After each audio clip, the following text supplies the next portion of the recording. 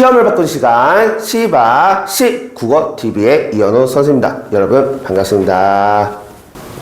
오늘은 중간고사 대비 국어 문법 완벽 정리에 대한 내용입니다. 그 중에서 여러분들이 제일 헷갈려하는 의문의 변동에 대한 내용을 설명해 보려고 합니다. 고1 학생들은 주목! 대부분의 학교에서 고1 학생들은 이 의문의 변동 부분이 이번 중간고사 시험 범위에 들어갑니다.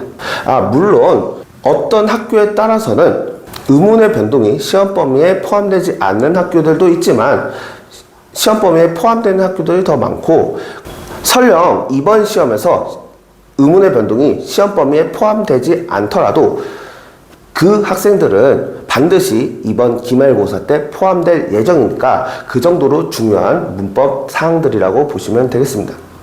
뿐만 아니라 이 부분이 실제로 학교 시험에서 문제로 출제되었을 때 문제 분량도 굉장히 많이 출제가 되고 거의 한 대부분의 학교들의 40% 정도가 출제가 되는 것 같아요.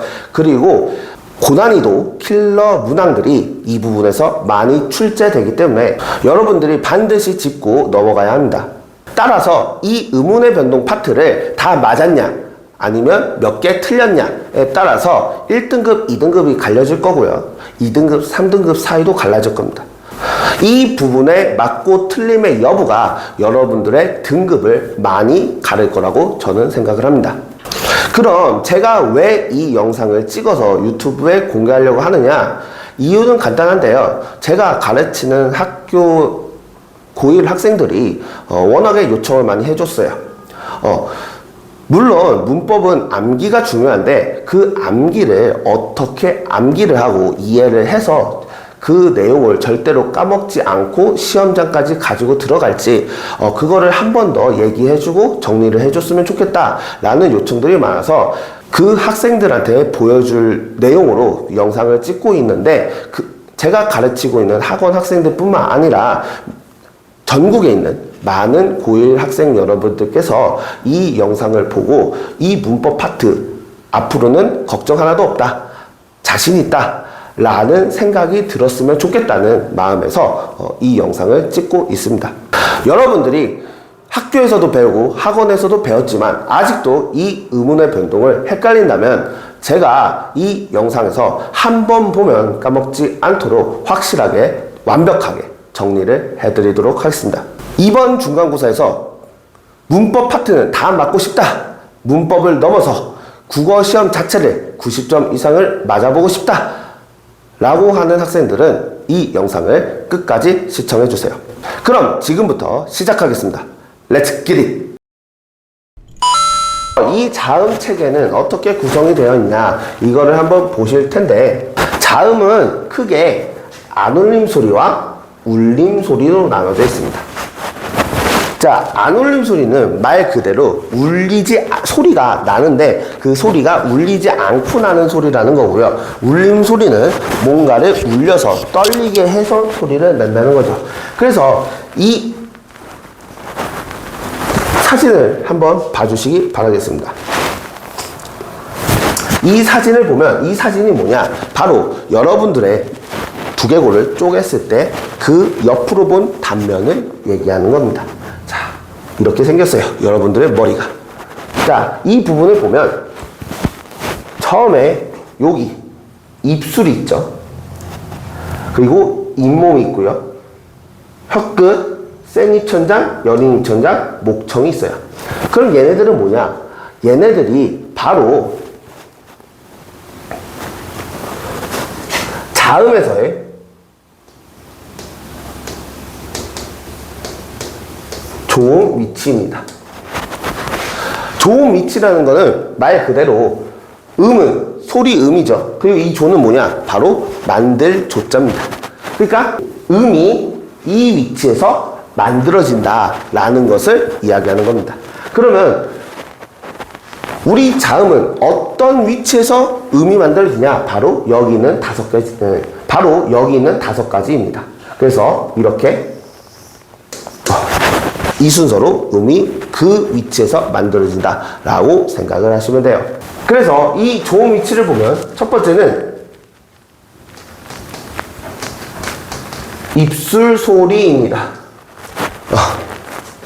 이 입술 소리는 학교에서는 입술 소리라고 얘기를 하는 선생님도 있고 좀 유식한 용어로 이 입술을 나타내는 한자가 뭘까요? 바로 순입니다. 입술 순자를 써요. 그래서 입술은 근데 몇 개가 있죠? 두 개가 있죠? 입술이 하나인 사람은 없잖아요. 위아래로 하나씩 있잖아요. 그래서 두 개죠. 그러니까 입술이 두 개, 두 양자를 써서 자, 이 입술 소리를 양순음이라고 합니다. 그리고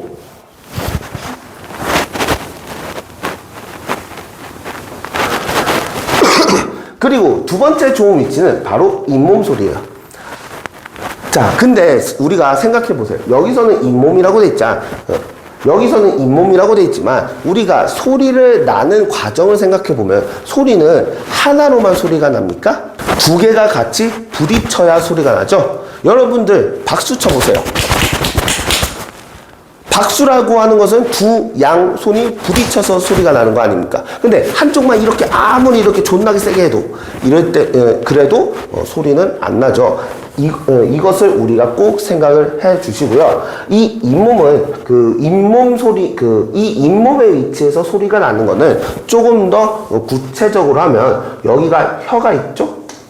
그래서 이 혀끝이 잇몸에 닿았다가 떨어지면서 소리가 나는 거다 라고 볼 수가 있습니다. 그래서 얘를 정확하게는 잇몸과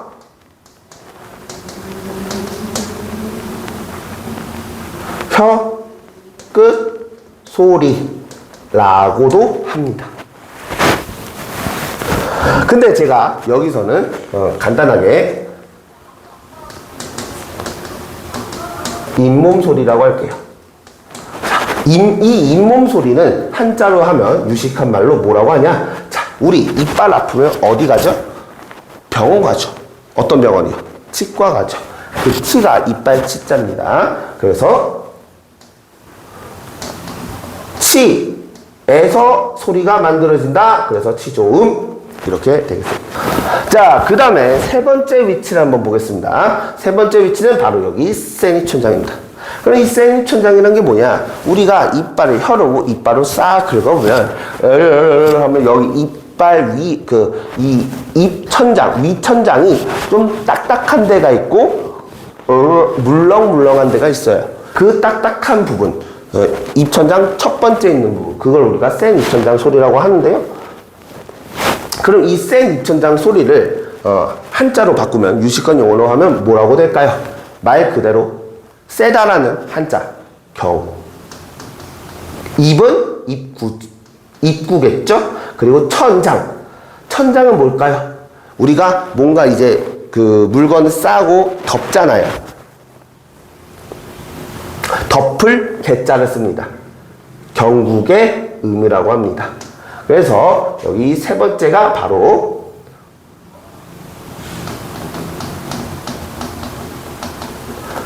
세니천장, 그래서 경국의 이렇게 보실 수가 있고요. 그 다음에 소리가 바로 여린이천장이에요. 이 여린이천장은 한자로 하면 열이다 연자죠. 연골할 때 연자죠. 그리고 입천장 입구자에다가 천장 개자 그리고 그래서 연국의 음이다라고 보실 수가 있습니다.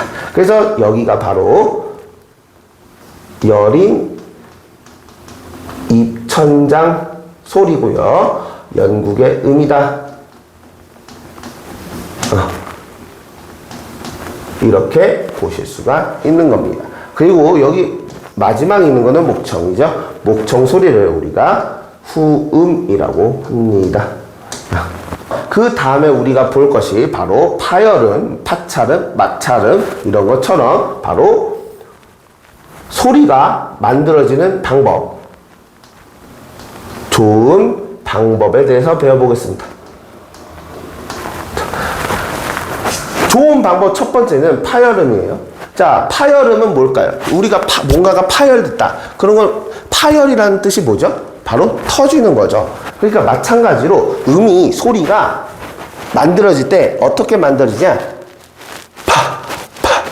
터지면서 입 밖으로 나온다는 얘기예요. 그러면 어떻게 터지냐? 바로 조 위치에서 터지는 방법으로 소리가 난다는 거죠.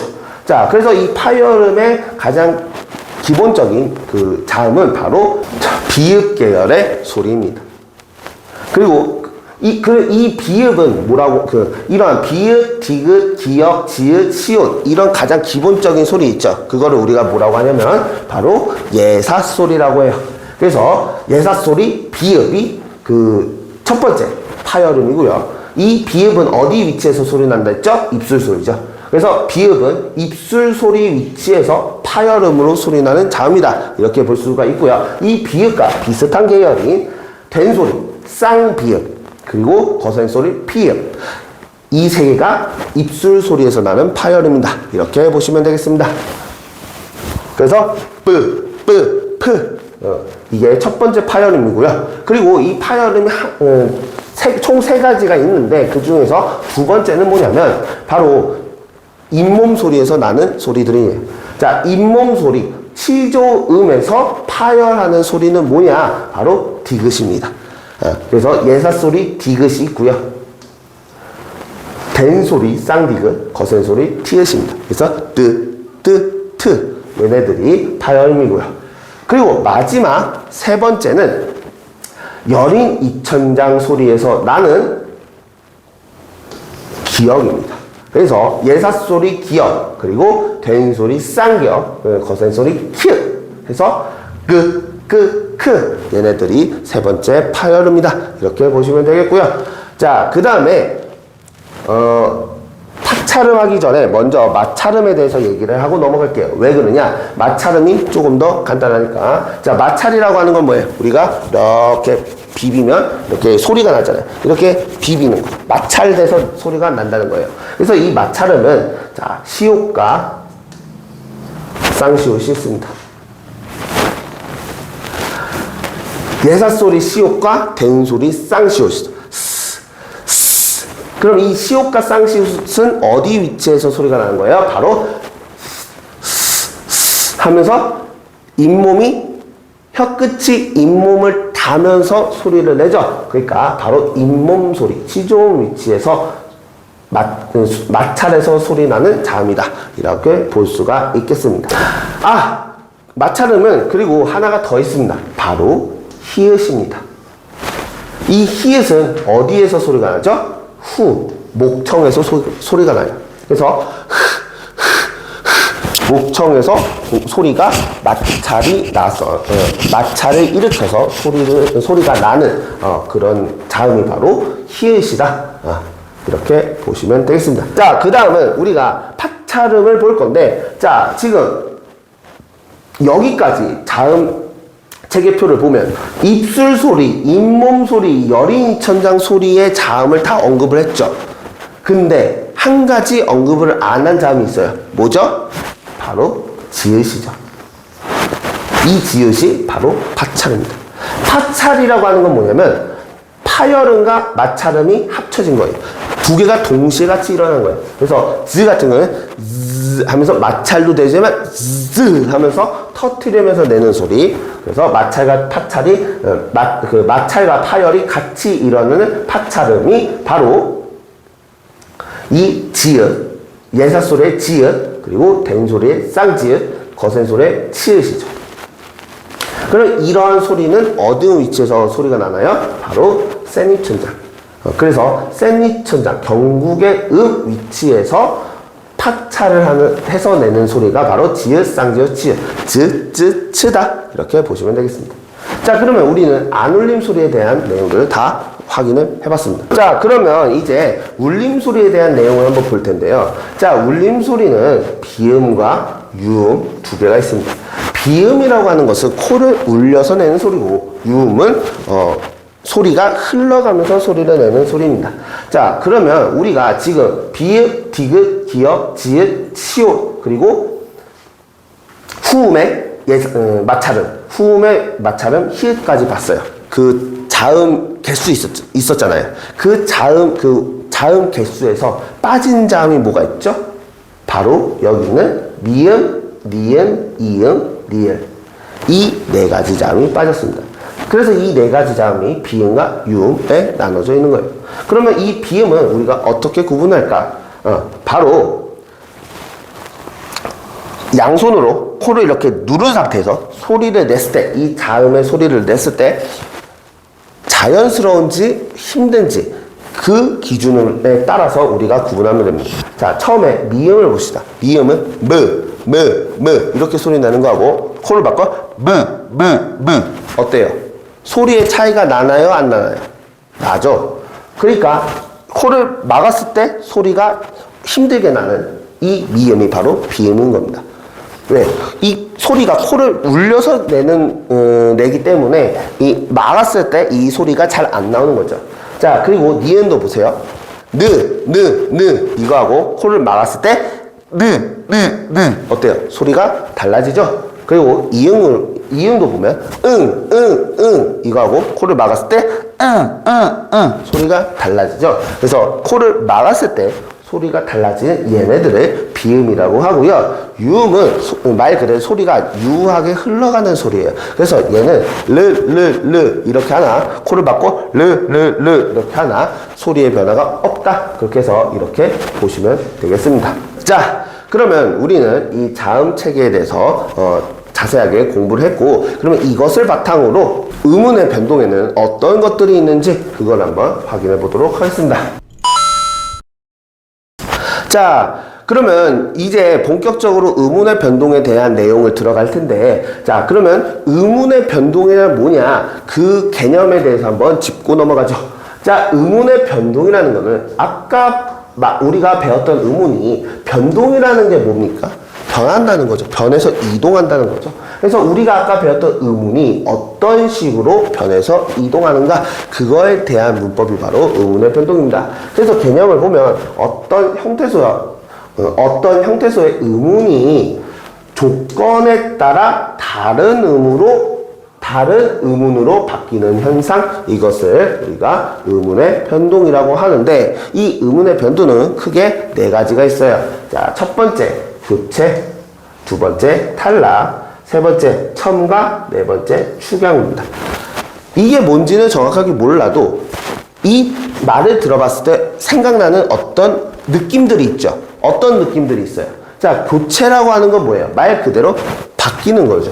그래서 이런 식으로 A에서 B로 서로 다른 자음으로 바뀌는 거, 그걸 우리가 교체라고 하죠. 자, 그리고 탈락이라는 건 뭡니까? 탈락은 하나가 없어지는 거예요. 그래서 A와 B가 같이 있었는데 A 하나만 남거나 B 하나만 남거나, 이런 게 바로 탈락이다 라고 보시면 되고요. 첨가는 하나가 더 추가가 되는 거죠. 그러니까 A 플러스 B, A와 B가 두 개 있었는데 하나가 추가가 돼서 C가 추가됐어요. 그래서 A, C, B 이렇게 되는 게 첨가고요. 축약은 하나로 합쳐지는 겁니다. 그래서 A, B가 있었는데 이게 A와 B가 합쳐져서 하나의 C로 됐다.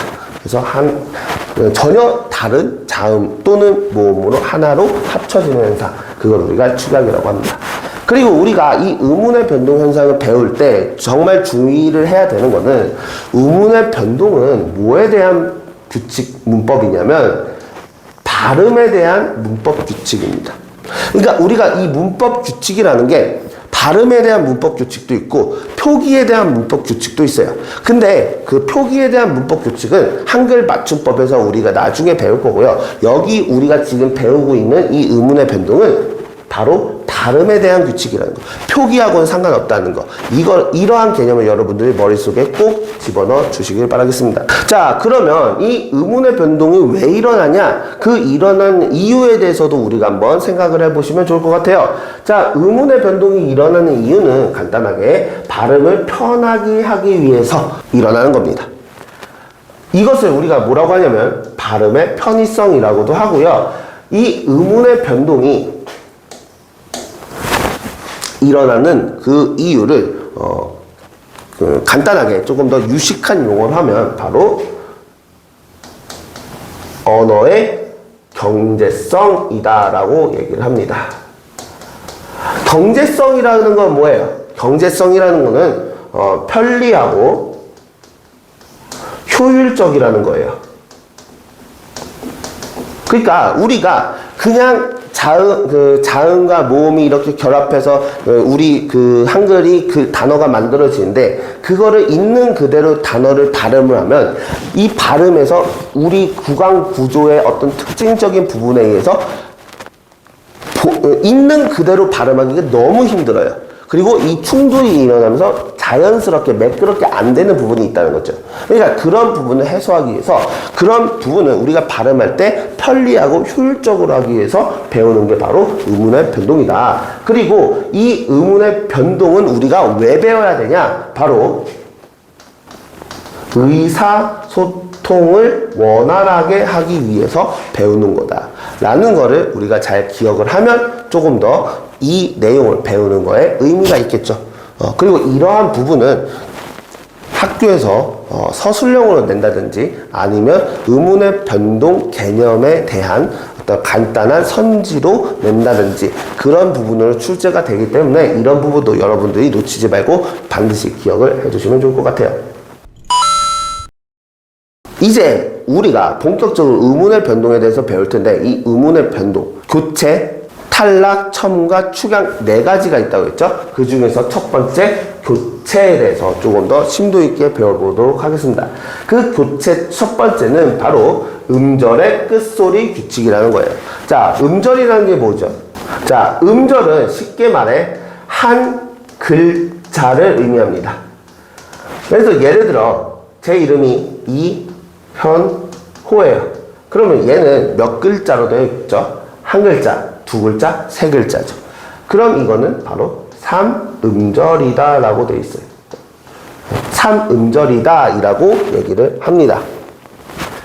그런 것처럼 음절이라고 하는 것은 한 글자를 얘기하는데 그 한 글자의 끝소리가 뭐가 왔냐에 따라서 어떻게 발음이 되냐 그거에 대한 규칙이 바로 음절의 끝소리 규칙입니다.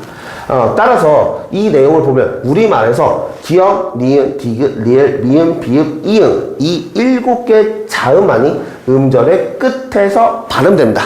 이게 바로 음절의 끝소리 규칙이고 이 7개 자음을 제외한 다른 자음들이 온다. 그러면 그거는 그 자음으로 발음 안 되고 바로 대표 이 7개 자음으로 바뀌어서 소리가 난다. 소리를 낸다 라고 보시면 되겠습니다. 그래서 이외의 자음은 7개의 자음 중 하나로 바뀌어서 발음되는 현상 그걸 우리가 음절의 끝소리 규칙이라고 합니다. 자, 그래서 예시를 볼까요? 자, 기역, 니은, 디귿, 리을, 미음, 비읍, 이응의 자, 예시를 보자. 기역. 자, 국은 그대로 국이겠죠. 그리고 여기서 보면 쌍기역이죠. 쌍기역이 대표 기역으로 소리가 났어요. 그리고 키읔을 기역으로 대표음 기역으로 소리를 냅니다. 그리고 니은은 손 그대로 소리를 내고요. 특히나 우리가 잘 생각해야 될 것이 바로 이 디귿 파트입니다. 딱 봐도 많죠. 딱 봐도 많으니까 이 부분을 그 학교에서 되게 어렵게 헷갈리게 꼬아서 낼 수가 있기 때문에 이 부분 꼭 생각해 주시면 될 것 같아요. 자, 그래서 여기서 보면 자, 곧 디귿은 디귿, 여기 티읕은 디귿으로 소리 나고요. 옷, 시옷도 디귿, 낮, 빛 같은 지읒, 치읒도 모두 다 디귿. 히읗, 이 히읗도 디귿으로 소리 난다는 거. 그러면 이 7개 자음을 외워야 되겠네요. 이 음절의 끝소리 규칙은 이 7개 자음이 있다는 것을 우리가 외우고 있어야 문제를 봤을 때 바로바로 체크해가면서 적용하면서 하죠. 그리고 이 의문의 변동은 이 단독의 문제가 나오는 게 아니라 여기서 배운 여러 가지의 의문의 변동이 함께 다 적용이 돼서 얘는 의문의 변동이 몇 개가 이루어졌냐 그거에 대한 문제들이 특히나 많이 나오기 때문에 여러분들은 이 각각의 의문의 변동의 내용을 정확하게 알고 있는 게 필요해요. 자, 그러면 이 7개 자음 어떻게 외울까요? 외우는 방법은 간단합니다. 저는 이렇게 학생들한테 알려주는데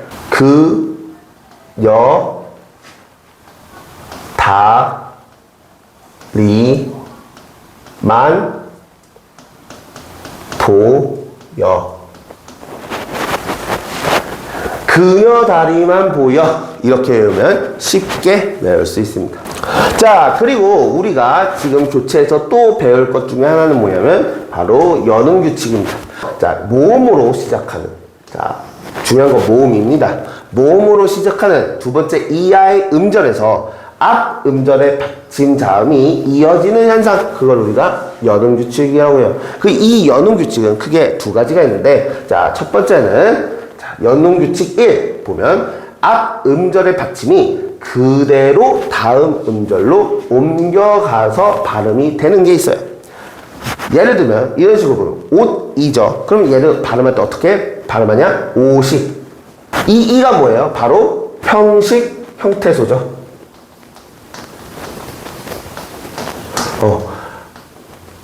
모음으로 시작하는 음절입니다. 두 번째 이하 음절입니다. 자, 선생님, 그러면 여러분들 이런 생각할 수 있어요. 선생님, 여기 이응이 있잖아요. 이응은 자음 아니에요? 근데 왜 모음으로 시작한다고 하죠? 자, 이거는 간단히 얘기하면 이런 건데, 자, 여러분들 이거 발음해 보세요. 뭐죠? 이. 이거 발음해 보세요. 뭐죠? 이. 둘 다 똑같이 이입니다. 발음상의 차이가 있나요, 없나요? 없죠. 그러니까 표기할 때는 이 같은 경우는 우리가 발음할 때는 이거는 모음으로 시작되는 음절이다, 이렇게 보시면 돼요. 이 이응은 거의 영어의 묵음 H 있죠? 그런 것처럼 묵음이라고 생각을 하시면 됩니다. 그래서 이 오시는 오식, 이렇게 이시오식 뒤로 이렇게 연결이 옮겨서 발음되는 거라고 볼 수가 있고요. 꽃이 얘는 이 치읓이 이렇게 옮겨 발음해서 꽃이 이렇게 발음이 된다라는 사실을 여러분들이 꼭 기억해 두시길 바라겠고요. 사실은 이 연음 규칙에서 이거는 누구나 할 수 있잖아요. 그죠? 쉽죠? 근데 여러분들이 헷갈릴 만한 규칙이 있어요. 이 두 번째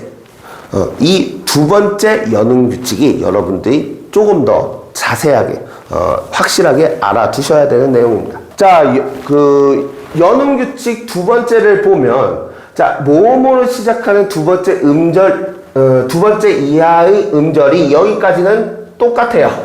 근데 뭐가 차이가 나냐? 이번에는 실질 형태소입니다. 아까 첫 번째 연음 규칙에서는 뭐가 왔죠? 모음으로 시작되는 두 번째 음절 이하가 형식 형태소가 왔었죠? 근데 형식 형태소라는 건 뭐예요? 얘는 뜻이 없다는 거예요. 문법적인 기능만 하는. 근데 이 실질 형태소라는 거는 뭐예요? 실질적인 뜻이 있는 형태소라는 거죠. 이 실질 형태소가 올 경우는 앞 음절의 받침이 음절의 끝소리 규칙을 적용한 다음에 그 다음에 음절의 첫 소리로 옮겨서 발음된다. 이게 바로 두 번째 연음 규칙이다. 이렇게 보시면 되겠습니다. 대표적인 예를 보면 이런 거죠. 옷 안이 있어요. 자, 이 안을 볼까요? 이 안은 어떤 형태소입니까? 인이라는, 안에 들어가 있다. 그 인이라는 뜻을 가지고 있는, 실질적인 뜻을 가지고 있는 실질 형태소죠.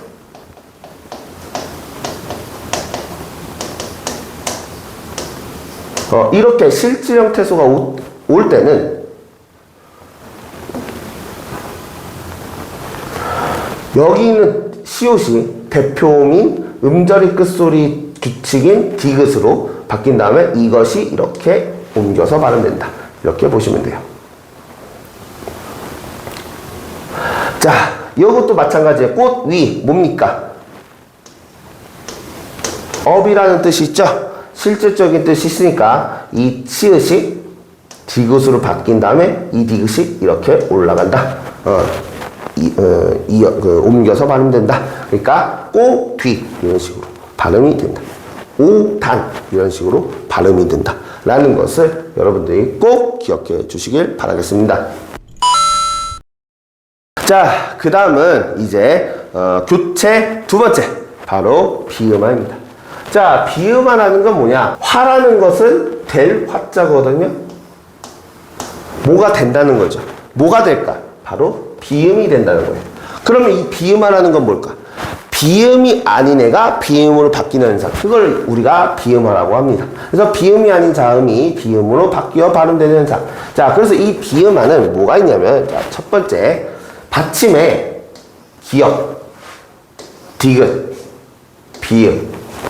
그리고 옆에 선생님이 쓴 가로에 쓴 얘네들은 기역과 가까이 있는, 붙어 있는 기역 계열의 글자들입니다. 기역 계열의 자음들. 그래서 이 기역, 디귿, 비읍 또는 기역, 디귿, 비읍 계열의 자음들이 받침으로 오면 그 뒤에 비음, 니은, 미음을 만나서 이 앞에 있는 것이 이응, 니은, 미음으로 비음으로 바뀌는 현상, 그거를 우리가 비음화라고 합니다. 자, 그러면 여기 보면, 자, 기역, 디귿, 비읍이 니은이나 미음을 만나서 이 앞에 있는 애가 이응, 니은, 미음으로 요렇게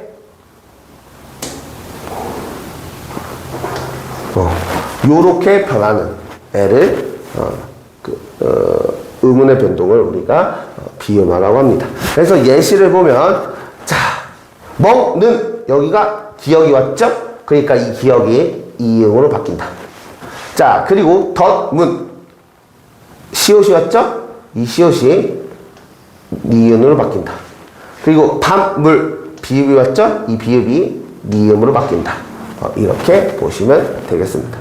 자, 그리고 여러분들이 여기에서 기억해야 될 것 중에 하나가 뭐냐면, 이 비음화가 실제 시험에서 어떤 식으로 객관식으로 출제가 되냐.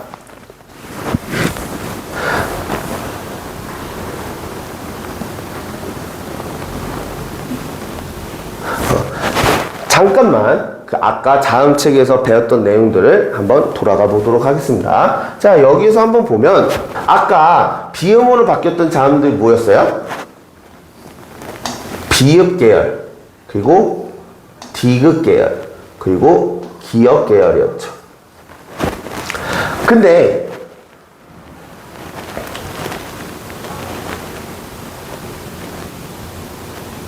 자, 얘네들이 어떤 자음으로 바뀌었죠? 비읍 계열은 미음으로 바뀌었고요. 디귿 계열은 니은으로 바뀌었고요. 기역 계열은 이응으로 바뀌었어요. 자, 이것의 그 특징을 여기서 아실 수 있겠습니까? 기역은 좋은 위치가 어디였죠? 바로 두 입술 소리였어요. 양순음이었어요. 그리고 좋은 방법은 타열음이에요.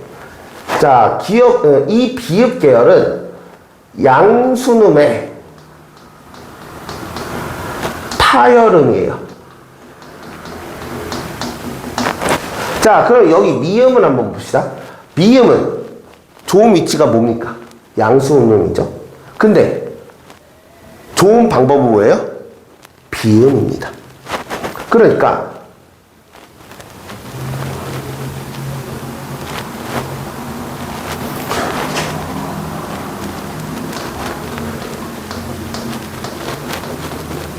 비음이에요.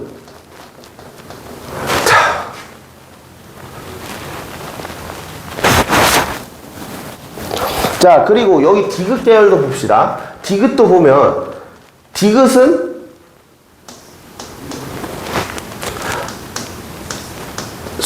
좋은 위치가 치조음이었죠. 그리고 좋은 방법은 역시 파열음입니다.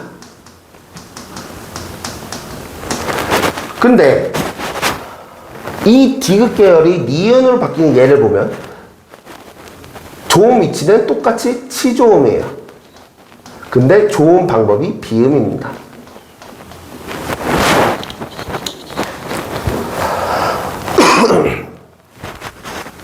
그리고 여기 기역 계열도 보면 얘네들도 좋은 위치는 연국의 음이에요. 그리고 좋은 방법도 역시 타열음이죠.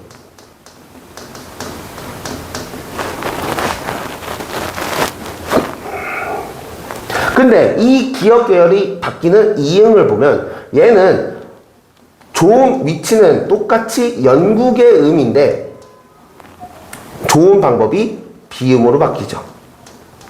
자, 여러분들 여기서 그 어떠한 규칙을 찾았나요? 뭐예요?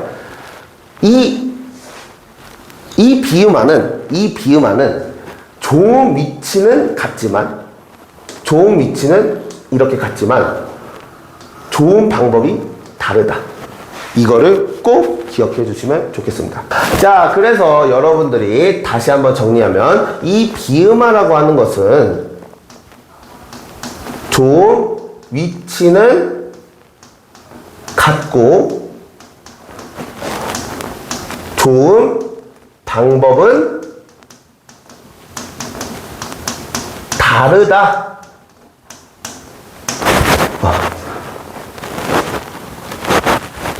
이거를 꼭 기억해 주셨으면 좋겠고요. 자, 별표 하나 땡 이렇게 체크해 주시면 좋겠습니다. 아마 이 내용이 여러분들 시험에서 선지로 구성될 가능성이 굉장히 높다고 말씀드릴 수 있겠습니다. 자, 그리고 교체 두 번째 비음화 중에 어떤 비음화도 있냐면 바로 리을 비음화라는 것이 있어요. 리을 비음화라는 건 뭐냐면 말 그대로 리을은 비음이 아니죠. 그죠? 아까 봤듯이 리을은 뭐였어요? 유음이었죠? 리을이 비음으로 되는 것.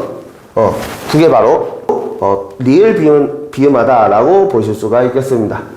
그래서 여기서 보면 자, 받침 미음, 이응 뒤에 연결되는 리을이 니은으로 바뀌게 되는 현상, 또는 기역, 비읍 뒤에 연결되는 리을이 니은으로 바뀌고 이 니은을 앞에 기역과 비읍이 영향으로 앞에 있는 것도 이음과 미음으로 바뀌는 현상, 그걸 우리가 리을 비음화라고 합니다. 뭔 말인지 조금 더 예를 통해 들어보면요. 자, 여기 보십시오. 미음과 이응이 왔어요. 그 다음에 리을이 왔어요. 그러니까 앞에 받침에 단순하게 미음과 이응 받침이 오면 오고 그 다음에 리을이 오면 얘는 무조건 니은으로 바뀐다. 이렇게 생각을 하시면 되고요. 그리고 앞에 받침에 기역과 비읍이 왔어요. 그리고 리을이 오면 일단 여기 리을이 왔으니까 얘가 뭘로 바뀌어야 되겠어요? 니은으로 해서 비음화가 돼야 되겠죠. 근데 여기 비음화가 돼서 여기 니은이 왔으니까 이 니은의 영향으로 앞에 있는 것도 기역, 비읍도 이응, 미음으로 바뀐 거죠. 이렇게 보시면 됩니다. 그래서 미음, 이응 플러스 리을이 그래서 미음, 리을이 니은을 만나면 이 니은은 무조건 니은으로 바뀐다. 그리고 기역, 비읍이 리을을 만나면 리을이 니은으로 바뀌고 그 니은의 영향을 받아서 기역, 비읍이 이응, 미음으로 바뀐다. 이거 꼭 기억해 주시면 좋겠고요. 이거 시험 문제에 자주 나오는 문법 사항이라고 보시면 되겠습니다. 비음화 중에서는요. 왜? 어렵기 때문에 우리가 한 번 더 생각해 봐야 되는 그런 문제이기 때문에 그렇습니다. 그래서 예시를 보면 종노가 있죠. 자, 그러면 여기 받침 뭐가 왔습니까? 이응이 왔죠. 이응이 오고 그 다음에 리을이 왔어요. 그러면 이 리을은 무조건 뭘로 바뀐다? 니은으로 바뀐다. 이거 협력, 여기 비읍이 왔어요. 이 두 번째 케이스네요. 자, 그러면 비읍이 오고 그 다음에 리을이 왔어요. 그러면 이 리을은 뭘로 바뀐다? 니은으로 바뀐다. 근데 이 니은을 영향을 받아서 이 비읍도 비음으로 바뀐다. 둘 다 뭘로 바뀌었습니까? 둘 다 비음으로 바뀌었어요. 그래서 리을 비음화는 뒤에 있는 것 하나만 비음으로 바뀌거나 앞과 뒤가 모두 다 비음으로 바뀌거나 이 내용을 여러분들이 꼭 기억해 주셨으면 좋겠습니다. 자, 그 다음에 교체 세 번째는 바로 유음화입니다. 아까 비음화 했듯이 우리가 똑같은 결로 보면 유음화는 뭐예요? 유음이 아닌 게 유음으로 바뀌는 현상. 그게 유음화라는 걸 알 수가 있겠죠. 그러니까 유음은 뭐였어요? 아까 리을이었죠? 그러니까 기음, 니은이 유음이 리을 앞에서 리을로 바뀌는 현상. 그걸 우리가 유음화라고 합니다. 근데 이 리을은 앞에 와도 되고 뒤에 와도 됩니다. 상관없어요. 그러니까 자, 여기 예시를 보면요. 자, 니은이 오고 그 다음에 리을이 왔어요. 그러면 얘는 리을로 바뀐다. 이거 리얼이 오고 니은이었어요. 얘는 리얼로 바뀐다. 간단하죠? 그러니까 여기 예시를 보면 자 설날 리을 니은 그러니까 리을 신라 니은 그러니까 리을 이렇게 바뀌는 게 바로 유마다 이렇게 보시면 되겠습니다. 그리고 다음으로는 교체 네 번째입니다. 교체 네 번째는 바로 국외음화입니다.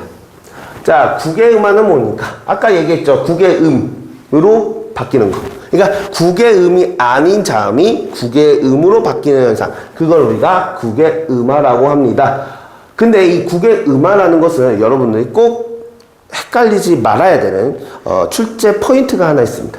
바로 자 디귿과 티읕이 형식 형태소 모음 이를 만났을 때 지읒과 치읒으로 바뀌는 현상. 그걸 우리가 국외음화라고 합니다. 여기서 중요한 것은 바로 여기에서 중요한 것은 바로 형식 형태소라는 거예요. 선생님 아까 형식 형태소가 선생님이 아까 형식 형태소가 뭐였는지 잠깐 얘기했었죠. 바로 실질적인 뜻이 없는 문법적인 기능만 하는 조사나 접사 이런 것들이 형식 형태소라고 했었죠. 그래서 여기서 보면 디귿과 티읕이 형식 형태소 모음 1을 만났을 때 지읒과 치읒으로 바뀌는 형태, 문법 사항을 우리가 국외음화라고 합니다. 그래서 예를 보면요. 자, 이 여기서 디귿이 왔죠. 그리고 여기에 이가 뭐예요? 이가 실질적인 뜻이 있습니까? 없습니까? 실질적인 뜻이 없죠. 그러니까 이 디귿이 지읒으로 바뀌었다. 이런 것들이 국외음화. 자, 해돋이도 봅시다. 해돋이도 여기 디귿이 왔어요. 근데 이 이를 봅시다. 이 이는 실질적인 뜻이 있습니까? 없습니까? 실질적인 뜻이 없죠? 그러니까 얘가 이렇게 가면서 지읒으로 바뀌었다. 이렇게 보시면 되고요. 파, 붓, 이. 여기서 티읕이 왔어요. 근데 이 이가 실질적인 뜻이 있습니까? 없습니까? 없죠? 그러니까 이렇게 가면서 치읒으로 바뀌었다. 이런 사항들을 여러분들이 꼭 기억해 주면 되는데, 제가 이 부분을 여러분들이 헷갈리지 말고 잘 기억을 해야 되는 사항이라고 얘기했던 거는 뭐냐면 바로 이 부분 때문에 그렇습니다. 여러분들이 이 단어는 꼭 기억해 두세요. 아마 시험에서 반드시 이 문제가 나올 겁니다. 자, 단어 중에 밭이랑이라는 단어가 있어요. 근데 이 밭이랑은 이 이랑을 조사로 보느냐 아니면 명사로 보느냐에 따라서 달라집니다.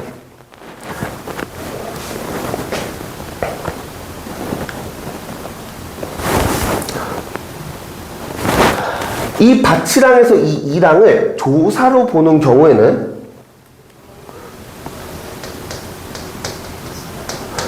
국외음화가 적용이 됩니다. 하지만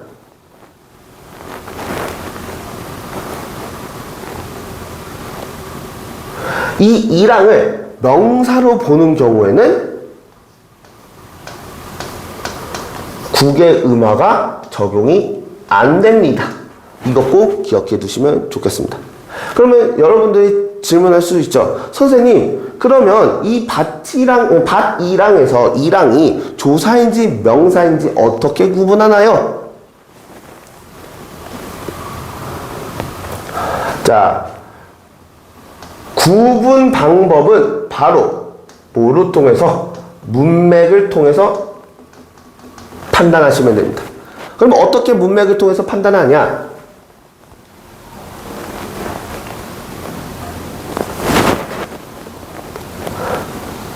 자, 예를 들면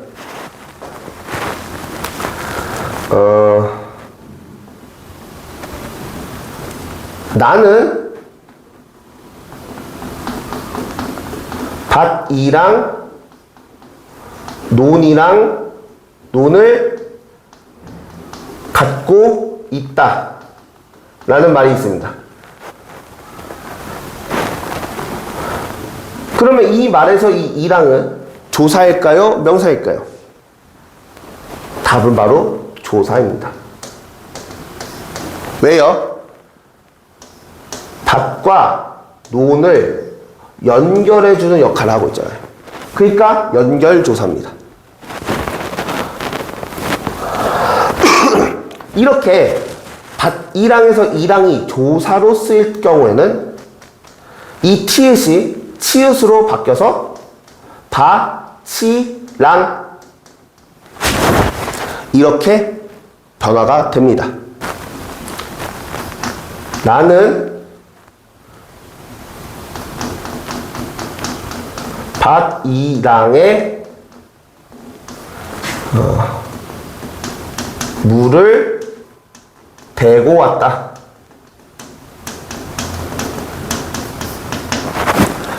자,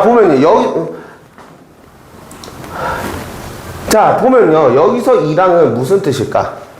자, 나는, 얘는 조사죠. 그리고 밭 2랑 애. 여기도 애가 붙었네요. 얘도 뭐입니까? 조사죠. 자, 그럼 여러분들 생각해 봅시다. 조사는 어디 뒤에 붙죠? 조사는 어디 뒤에 붙죠? 바로 명사 뒤에 붙습니다. 그렇기 때문에 이게 명사가 되는 겁니다. 무슨 말인지 알겠죠? 그러면 이 밭이랑은 어떻게 바뀌느냐? 처음에 이 밭의 티귿이 원래 발음에서는 티귿으로 오면 안 되죠. 그러니까 여기가 디귿으로 바뀌어요. 그리고 밭, 이, 랑이 됩니다. 그리고 여기서 이가 우리가 나중에 배우겠지만 첨가가 돼서 반니, 랑이 됩니다. 그리고 이 니은, 비음, 니은의 영향을 받아서 이 디귿이 니은으로 다시 바뀌어요. 그래서 최종적으로는 반, 니, 랑이 됩니다. 그러니까 이거 같은 경우는 음절의 끝소리 규칙, 그리고 니은청과 비음화 세 가지가 적용된 문법이다. 이렇게 보실 수가 있죠. 그래서 이 부분, 밭 2랑은 2랑을 조사로 보냐, 명사로 보냐에 따라서 다른데, 조사로 볼 때만 국외음화가 적용이 되는 거고, 명사로 볼 때는 국외음화가 적용이 되지 않는다라는 사실을 여러분들이 꼭 명심해 주시기 바랍니다. 필수로 알아야 되는 중요한 내용이다. 학교 시험에 굉장히 잘 나온다라고 생각하시면 돼요. 잠깐만 제가 아까 얘기했던 자음 체계로 다시 돌려봤습니다. 이 부분에서 한번 보면 국외음화는 어떻게 일어난 거였죠? 디귿과 티읕이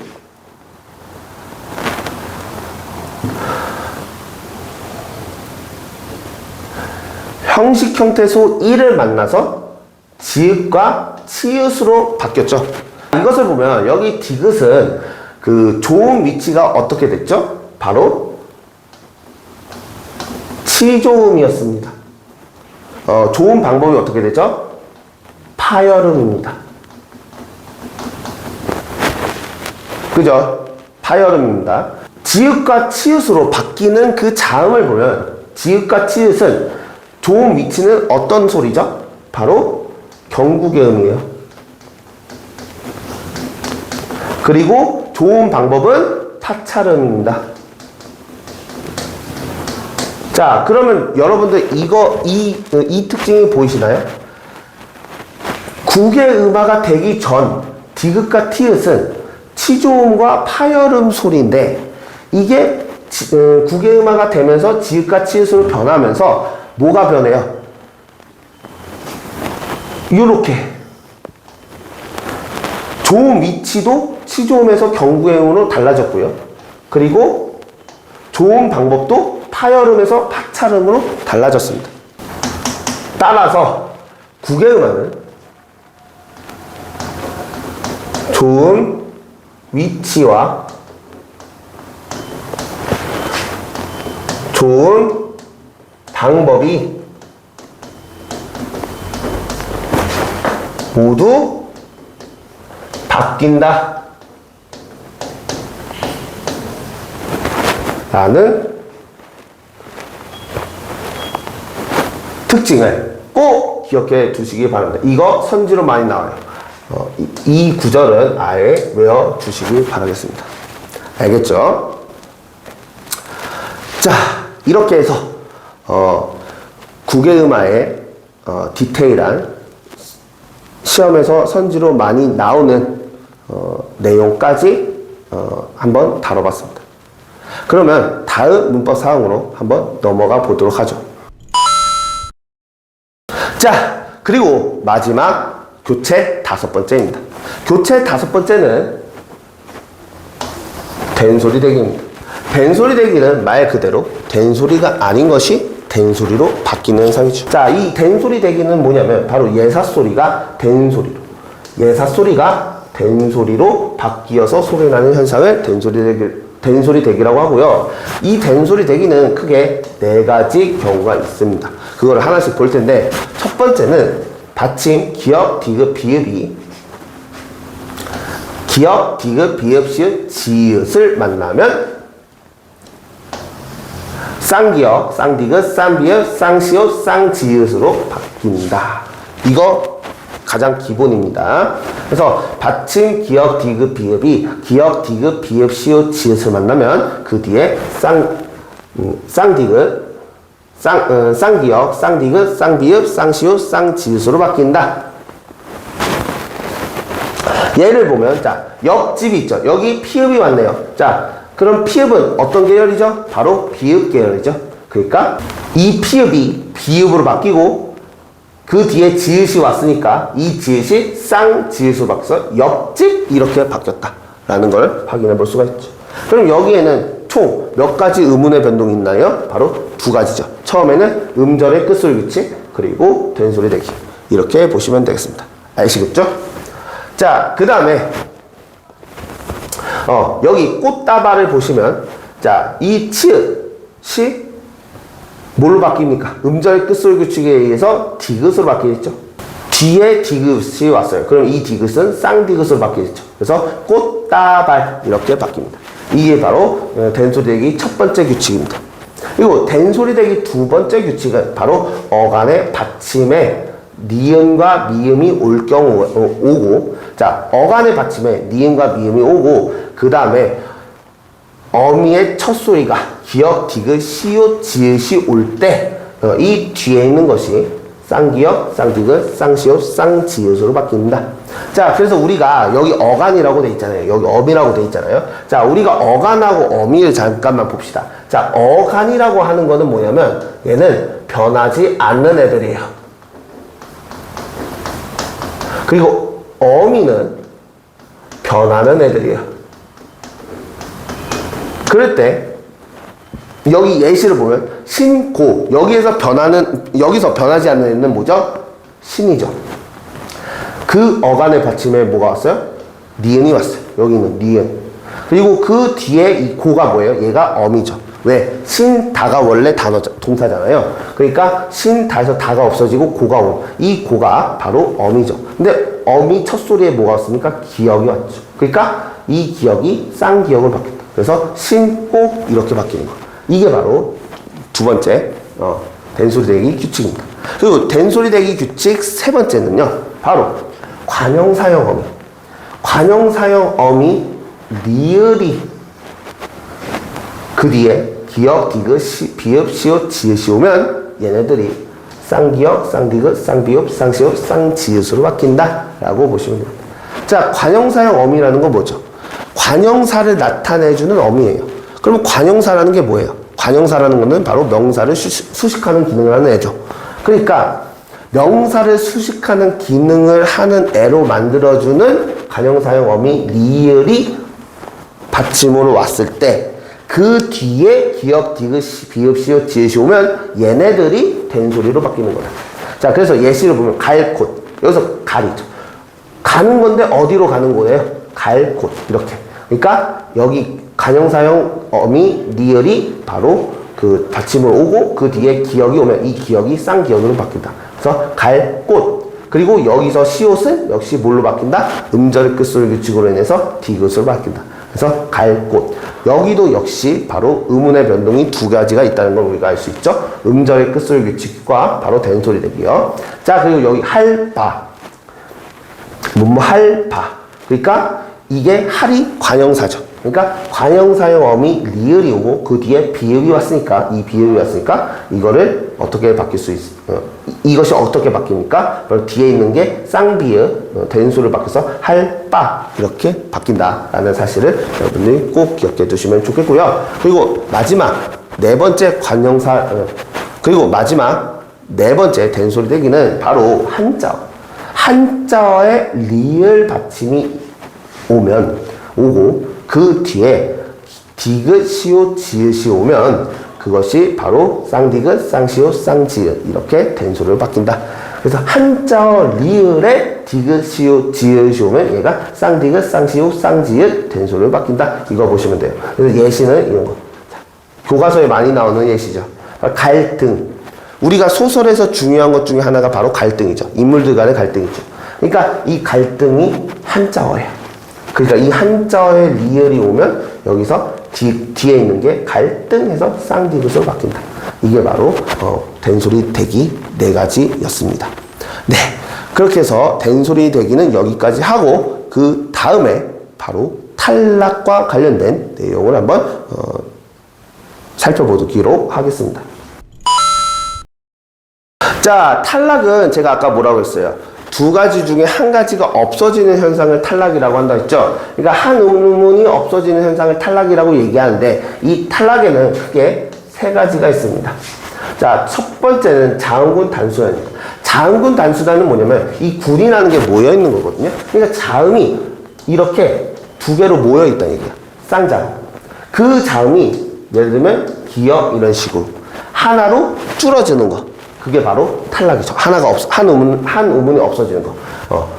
그래서 음절 끝에서 겹받침의 자음 중 하나가 탈락하는 현상이 바로 자음군 단순하다. 이렇게 보시면 되겠습니다. 예시로는 이게 있죠. 닭. 리을 기역. 얘가 바로 자음군입니다. 이 자음군이 리을 기역에서 리을이 없어지고 기역만 남는 거. 그래서 하나로 줄어드는 거. 하나가 탈락되는 현상. 이걸 우리가 자음군 단순화라고 하고요.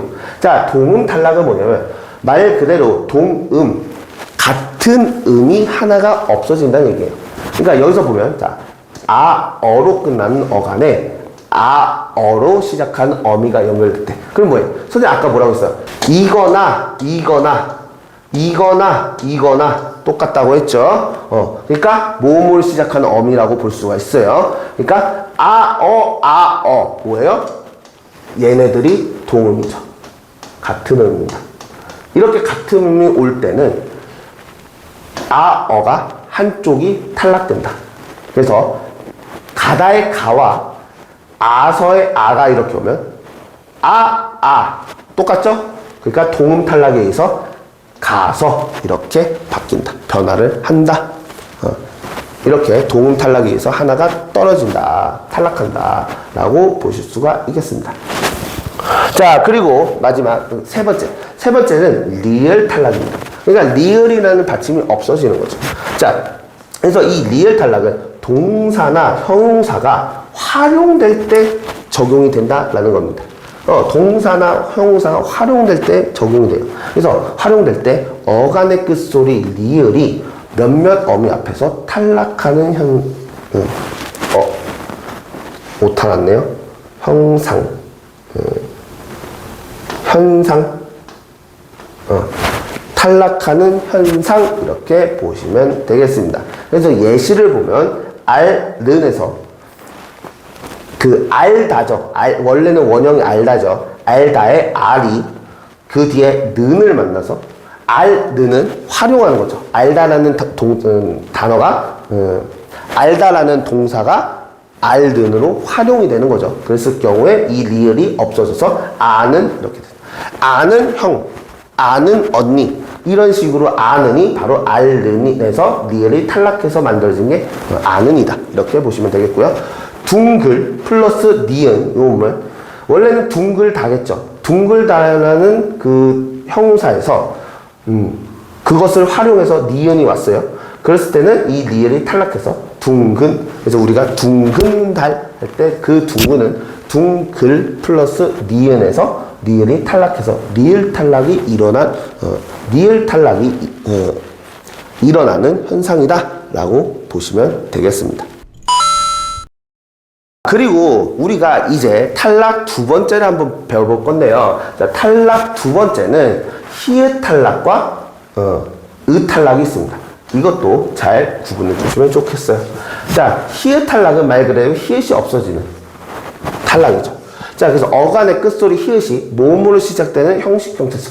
자, 여기도 역시 히읗이 형식 형태소와 결합을 할 때 탈락이 되는 현상. 그걸 우리가 히읗 탈락이라고 해요. 자, 봅시다. 나은은 뭐예요? 낳다. 아기를 낳다 할 때 그 낫이죠. 여기서 은이 왔어요. 그럴 때, 자, 어간의 끝소리가 히읗이죠. 그리고 모음으로 시작하는 은이 왔어요. 그럴 때는 이 히읗이 탈락해서 나은 이렇게 발음이 됩니다. 싸이다. 얘도 마찬가지. 쌌다에서 이다가 온 거죠. 그래서 어간은 쌌예요. 여기에 히읗이 왔어요. 그랬을 때 그 뒤에 뭐가 왔죠? 형식 형태소가 왔으니까 히읗이 탈락했다. 그래서 싸이다. 이렇게 보시면 되겠습니다. 그리고 마지막 으 탈락을 보면 으 탈락은 말 그대로 으라는 모음이 탈락한 거예요. 그래서 어간의 끝소리에 으가 어로 시작하는 어미 앞에서 탈락하는 현상. 으가 어 앞에서 탈락하는 거. 자, 쓰다. 자, 쓰다겠죠, 원래는. 여기서 어가 왔어. 으가 어 앞에서 탈락한다.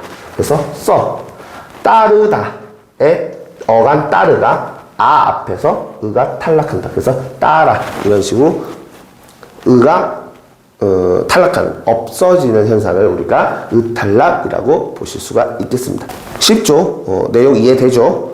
이런 내용들은 여러분들이 하나도 빠짐없이 정확하게, 꼼꼼하게, 완벽하게 반복하면서 기억을 해서 시험장에서는 선생님이 지금 여기서는 강의를 하니라고 여러 가지를 설명하니라고 이렇게 길게 찍고 있지만, 여러분들이 실제로 시험 볼 때는 이거를 이렇게 일일이 구절구절 다 설명할 필요가 없어요. 그냥 보자마자 바로 찍어야 돼. 보자마자 바로 찍으려면 이런 내용들을 정확하게 암기가 되어 있어야 되겠죠. 그래서 여러분들이 이런 것들을 계속 반복 숙달을 하면서 시험 보기 전까지 완벽한 암기 상태로 만들어 놓는 것이 중요하다라는 것을 말씀드릴 수가 있습니다. 이번에는 첨가에 대해서 배울 건데, 첨가라고 하는 것은 없던 부분이 덧붙는 현상. 자, 그래서 이 첨가에는 여러 가지가 있는데, 첫 번째, 자, 가장 기본이 두 가지. 이 두 가지가 다라고 보시면 돼요. 자, 니은 첨가. 니은 첨가라는 건 뭐냐면, 니은이라는 자음이 추가가 됐다는 건데, 이 니은 첨가는 어떨 때 추가가 되냐? 자, 이거 꼭 기억해 두세요. 합성어와 파생어. 니은 첨가는 아무런 단어들이 일어나는 게 아니에요. 바로 합성어와 타생어라는 조건이 있을 때만 발동을 합니다. 니은 첨가는 합성어나 타생어의 조건이 있을 때만 발동을 하고요. 합성어나 타생어에서 앞말이 자음으로 끝나고 뒷말이 모음 이나 반모음 이로 시작할 때 니은이 그 사이에 덧붙는 현상. 니은이 그 사이에 덧붙는 현상. 이걸 우리가 니은 첨가라고 합니다.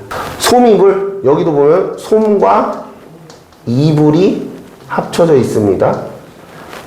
그리고 앞말이 미음이라는 자음이었고요. 뒷말은 모음으로 시작했어요. 그래서 그 사이에 니은이 추가가 된다. 그래서 솜이불 이렇게 됩니다. 이게 바로 니은 첨가다. 아시겠죠? 별로 어렵지 않습니다. 그 원리를 알고 여러분들이 그 예시들을 반복해서 보면서 문제를 계속 풀면서 그런 케이스들을 정리를 하면 문법은 쉽게 마스터할 수 있습니다. 자, 그리고 두 번째는 반모음 첨가인데, 이 반모음 첨가는 우리가 단모음이 이중모음으로 변하는 과정에서 발음상에 들어가는 모음이에요. 어간과 어미가 모두 모음일 때, 그러니까 반모음 첨가는 어간과 어미가 모두 모음일 때 그 두 모음의 충돌을 피하기 위해서 중간에 반모음이 첨가되는 겁니다. 자, 그래서 여기 봅시다. 피어를 봅시다. 피어. 피다겠죠, 원래는. 그 단어가. 원래는 단어가, 이 단어의 원형은 피다겠죠. 피다의 어간이 피예요. 여기가 어간이고요. 어가 어미겠죠. 근데 어간과 어미에 다 뭐가 왔어요? 모음이 왔네요. 모음 이와 모음 어가 왔네요. 그러니까 이런 식으로 어간과 어미에 모두 모음이 올 때 그 모음을 피하기 위해서 피여. 이렇게 여가 온다는 거예요. 이 여가 바로 반모음이죠. 그래서 이런 식으로 어간과 어미에 모두 모음이 왔을 경우에는 이 둘의 충돌을 피하기 위해서 반모음 이를 추가해서 피여가 된다는 거. 이게 바로 반모음 첨가다라는 거를 여러분들이 기억해 주시면 좋겠습니다. 그래서 사실 니은 첨가에서 제일 많이 그래서 사실 첨가에서 제일 많이 나오는 거는 니은 첨가 부분이 제일 많이 나와요. 하지만 여러분들 반모음 첨가에 대해서도 조금 더 알고 있어야 여러분들이 고난이도 문제, 조금 함정을 파놓은 문제에서 여러분들이 낚이지 않는다는 거, 이거를 꼭 기억해 두시면 좋을 것 같습니다. 이제 마지막입니다. 마지막은 바로 축약입니다. 제가 아까도 얘기를 했지만 축약이라고 하는 것은 두 개 자음이 하나로 합쳐지는 거라고 말씀드렸죠. 그래서 축약의 대표적인 게 바로 거센 소리 대기입니다. 그러니까 거센 소리가 아닌 애들이 예사 소리가 거센 소리로 바뀌는 현상, 그걸 우리가 거센 소리 대기라고 하는데, 뭐냐면 기역, 디귿, 비읍, 지읒이 히읗을 만나면 거센 소리, 키역, 티읕, 피읕, 치읓으로 바뀌는 현상, 이걸 우리가 거센 소리 대기라고 합니다. 자, 보시면, 근데 여기서 보시면 이 히읗은 앞에 와도 상관이 없고요, 뒤에 와도 상관이 없어. 어쨌든 기역, 디귿, 비읍, 지읒이 히읗만 만나면 얘네들이 거센 소리로 바뀐다라고 여러분들 보시면 됩니다. 그래서 여기서 보면 받침에 기역, 디귿, 비읍, 지읒이 오고 그 뒤에 히읗이 왔어요. 그럼 앞에 있는 받침들이 거센 소리로 바뀌어서 키역, 티읕, 피읕, 치읓으로 된다. 그리고 반대로 받침에 히읗이 왔어요. 그리고 그 다음에 기역, 디귿, 비읍이 오면요, 그 뒤에는 이제 키역, 티읕, 치읓으로 바뀐다는 거. 그런 것들 보시면 되겠습니다. 자, 그래서 예시를 한번 살펴보면요. 자, 여기에 입학이 있죠. 자, 입 받침이 뭐가 왔으니까 비읍이 왔죠. 그리고 그 뒤에 히읗이 왔네요. 그러니까 이 둘이 합쳐서 피읍으로 바뀌었다. 예사 소리가 거센 소리로 변화가 됐다. 자, 그리고 놓고 이번에는 히읗이 첫 번째 왔네요. 그리고 그 다음에 기역이 왔어요. 그래서 이게 합쳐져서 키역이 됐다. 이렇게 보시면 되고요. 자, 싫다. 이 싫다를 보면 이거는 여러분들 잘 생각을 하셔야 돼요. 이렇게 이중 자음으로 히읗이 오면 이것도 히읗을 보면 돼요. 그래서 여기 히읗이 있네요. 앞에 히읗이 있네요. 그리고 뒤에 디귿이 왔으니까 이 두 개가 합쳐져서 티읕이 됐다. 그리고 앞에 있는 이 니을은 어떻게 될까요?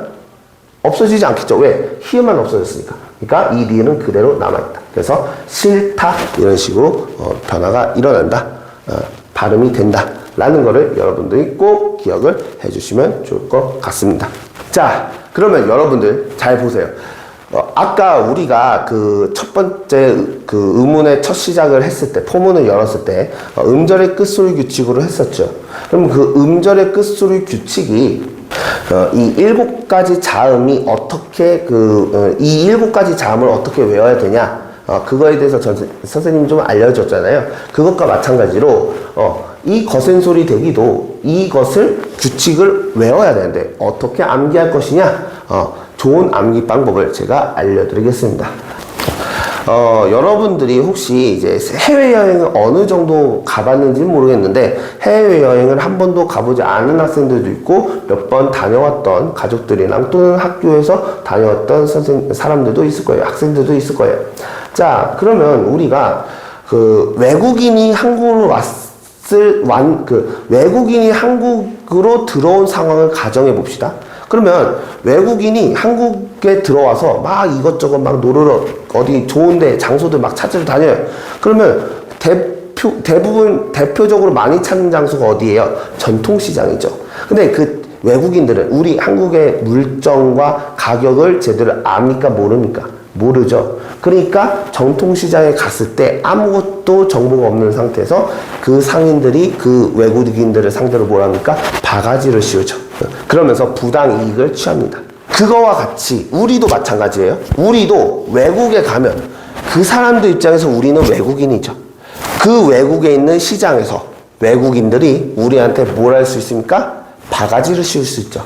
그러니까 자, 우리가 해외여행에 가서 그 나라의 물정이나 상황을 제대로 알고 가야 되는 이유가, 우리가 그런 정보를 제대로 모르고 가면 외국에 나가서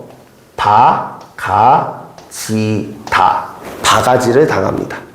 바가지를 당하면 뭐 됩니까? 피카츄 털이 됩니다. 바가지를 당하면 우리는 털된다. 그러니까 해외에 나갔을 때는 바가지를 조심하자. 이런 식으로 외우시면 쉽게 외울 수가 있습니다. 바가지다, 피카츄 털된다. 왜 제가 피카츄 털로 예를 들었냐고요? 왜냐면 제 워너비 애니메이션 중 하나가 포켓몬스터였기 때문이죠. 저는 피카츄를 굉장히 좋아하고 포켓몬스터 세대로서 포켓몬을 굉장히 좋아하기 때문에 제가 그것과 연관시켜서 한번 암기 방법을 만들어 본 겁니다. 아시겠죠? 이제 쉽게 외울 수 있죠? 네. 이거를 잘 외우시면 여러분들이 이번 시험에서 굉장히 도움을 많이 받을 것 같습니다. 자, 그러면 지금까지 해서 제가 알려드린 이 내용이 기본적인 의문의 변동에 대한 것들은 다 우리가 살펴봤습니다. 그 중에서 우리가 조금 더 추가적으로 알면 좋을 내용들 선생님이 한번 몇 가지를 가져와 봤는데요. 그 중에 하나가 바로 두음법칙입니다. 이 두음법칙이라고 하는 것은 단어의 첫머리에 오는 니은이나 리을이 경우에 따라 본래의 소리를 잃거나 다르게 발음되는 현상, 그걸 우리가 두음법칙이라고 하는데, 사실은 이 두음법칙은 남한에 대한 문법입니다. 남한 국어의 문법이고요. 북한에서는 두음법칙이 적용이 되지 않습니다. 그래서 이 두음법칙을 한번 보면요. 자, 첫 번째, 주로 한자어에서 나타납니다. 한자어.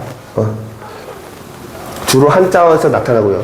자, 그리고 두 번째 두음법칙 내용을 살펴보면 단어 첫머리에 오는 니은은 이나 반모음 이 앞에서 탈락을 한다. 그러니까 이렇게 보시면 원래는 연세예요. 왜? 그 1년, 2년 할 때 그 년이 한자거든요. 연세인데 여기서 단어 첫머리에 니은이 왔죠. 그 단어 첫머리에 온 니은은 그 뒤에 뭐 왔으면 연이 왔죠. 여가 왔죠. 뭐예요? 반모음이 왔어요. 그러니까 반모음 앞에서 탈락해서 이 니은이 없어져서 이응으로 바뀐다. 그래서 연세는 연세가 된다. 이렇게 보실 수가 있고요. 자, 세 번째, 리을은 만나는 모음에 따라 탈락하거나 니은으로 바뀐다. 예시를 보면, 자, 원래는 레일이에요. 원래는 이 레가 올 레자거든요. 이 레가 니은으로 바뀐 겁니다. 왜? 모음에 따라서. 그래서 니을은 이렇게 만나는 모음에 따라서 이게 아예 없어지거나 탈락이 되거나 니은으로 바뀌다. 그리고 마지막 네 번째는 단어의 첫머리가 아니거나 의존 명사인 경우에는 이 두음법칙은 적용하지 않는다라고 보실 수가 있습니다. 자, 여기 봅시다. 여기 보면 남, 여가 있죠. 근데 여기 여를 보세요. 여에 여기 여가 왔어요. 여. 그럼 이 여는 뭡니까? 아까 얘기했던 반모음이죠. 이 반모음 이가 오면 뭐가 돼야 돼요? 두음법칙이 적용돼야 돼요.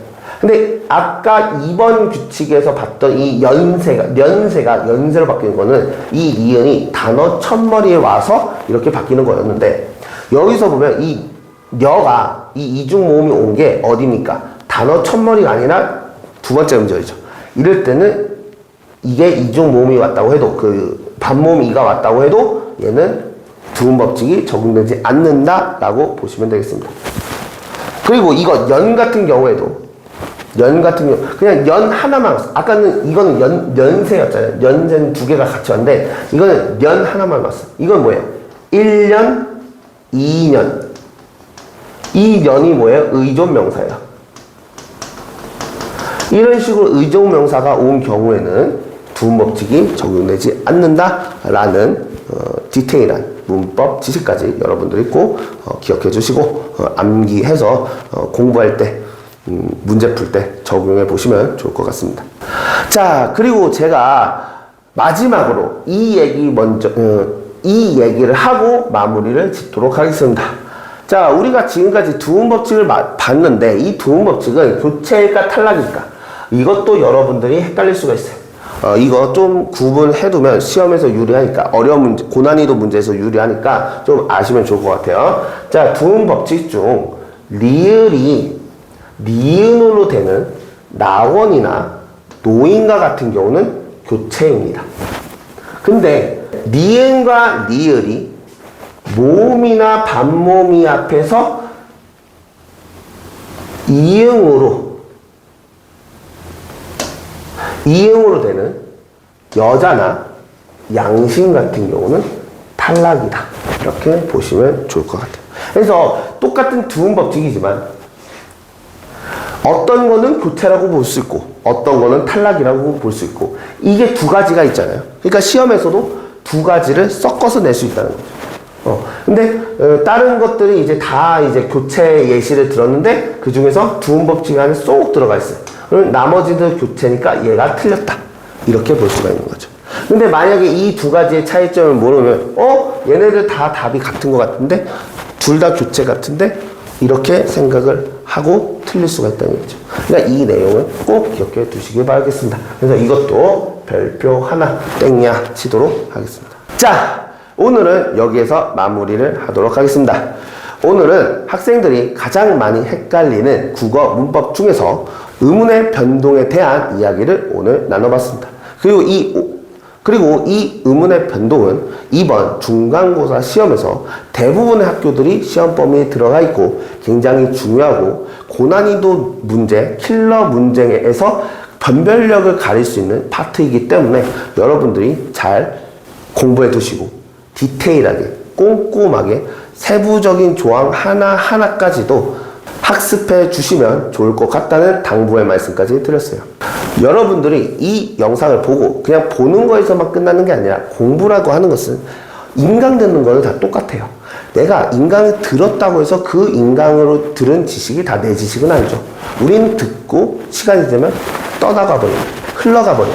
그 지식은 없어진다는 거예요. 그러니까 여러분들이 저의 이 영상을, 강의 영상을 듣는 거에서 만족해서 끝나는 게 아니라 꼭 다시 한번 리플레이해서 복습하시고 필기하시고 학교 선생님이나 학원 선생님이 얘기하지 않았던 부분을 꼭 적어두시고 그거를 반복 학습을 하면서 반복적으로 봐주면서 자기 직전, 그리고 학교 갈 때, 그리고 똥 쌀 때 이런 거 보기 얼마나 좋아요. 여러분들, 제가 장기간 동안 그 강의를 했는데 이 내용을 잘 이해하셨나요? 네. 이 영상을 보는 여러분들은 다 똑똑한 사람들이고 똑똑한 여러분들은 분명히 잘 이해를 했을 거라고 생각을 하고, 저의 이번 영상이 유익했거나 도움이 많이 되셨다, 재미있었다 라고 생각하는 사람들은 구독과 좋아요도 많이 눌러주시기 바랍니다. 여러분들이 구독과 좋아요를 많이 눌러주시면 제가 다양한 영상들을, 다양한 컨텐츠들을 제작하는데 큰 힘이 됩니다. 여러분들이 요청하는 어떤 내신 대비 특강 영상들이 있으면 그거를 저한테 요청을 하면 제가 그것과 관련해서 영상을 찍고 여러분들이 볼 수 있게 업로드 해드리도록 하겠습니다. 저는 이만 여기서 물러가고요. 다음에 더 유익하고 재미있는 영상으로 여러분들을 찾아뵙도록 하겠습니다. 여러분, 다음 시간에 만나요. 안녕.